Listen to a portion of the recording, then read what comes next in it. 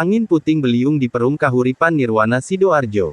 Angin puting beliung di Sidoarjo terjadi di perumahan Kahuripan Nirwana Village KNV, Sidoarjo, Jawa Timur. Puluhan pohon besar tumbang beserta akarnya akibat terjangan angin puting beliung yang datang bersamaan hujan lebat pada Minggu, tanggal 23 Oktober tahun 2022 siang sekitar pukul 14 waktu Indonesia Barat. Selain di Perum Kahuripan Nirwana Sidoarjo, hujan deras disertai angin puting beliung turut melanda Dusun Melaten, Desa Sidokepung. Ada 5 RT di Dusun Melaten, Sidokepung, Sidoarjo ini yang terdampak puting beliung. Paling parah ada di RT 23, RW 6. Kalau secara umum untuk dua desa di Buduran, yakni di Entalsewu dan Sidokepung ada 256 warga yang rumahnya rusak, kata Bupati Sidoarjo Ahmad Mutlor Ali di lokasi, Minggu, tanggal 23 Oktober tahun 2022.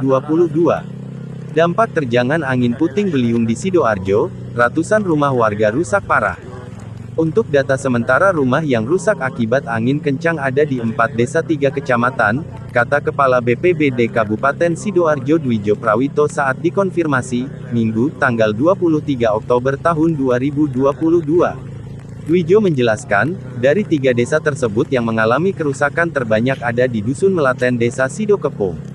Total kerusakan yakni berupa rumah, tempat usaha, dan kos-kosan. Berikut rincian rumah di 4 desa di 3 kecamatan Sidoarjo rusak akibat puting beliung. Desa Entalsewu Kecamatan Buduran 21 rumah rusak.